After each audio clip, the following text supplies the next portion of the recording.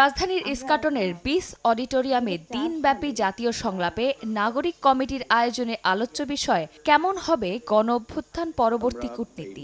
জুলাই রেভলিউশনের পরে আমাদের একটা বড় আলোচকরা বলেন, গেল ১৫ বছর আওয়ামী লীগ সরকার নতজানু পররাষ্ট্র নীতি প্রতিষ্ঠা করেছিল। ক্ষমতায় টিকে থাকতে একটি দেশের দাস হিসেবে দেশ পরিচালনা করেছে। পররাষ্ট্র নীতিতে ইস্যুভিত্তিক কাজ করার উপর গুরুত্বারোপ করেন বক্তারা। তারা বলেন, গণ-অভ্যুত্থানের পরে দেশকে নিয়ে যেন কোনো বহিঃশক্তি খেলতে না পারে সে বিষয়ে সতর্ক থাকতে হবে।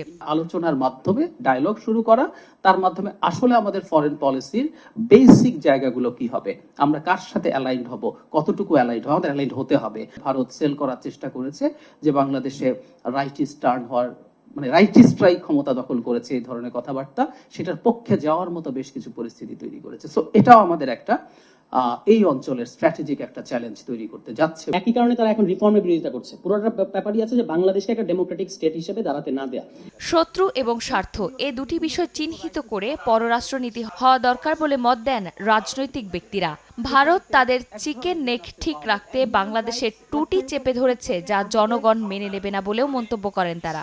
কোনো একটি দেশের ফরেন পলিসি, সেই সরকারের ফরেন পলিসি কখনোই সেই সরকার বা সেই দেশের জনগণের পক্ষে যাবে না যদি সেই সরকারটি দেশপ্রেমিক না হয়, নিজের দেশের স্বাধীনতা এবং সার্বভৌমত্বকে রক্ষা না করতে পারে।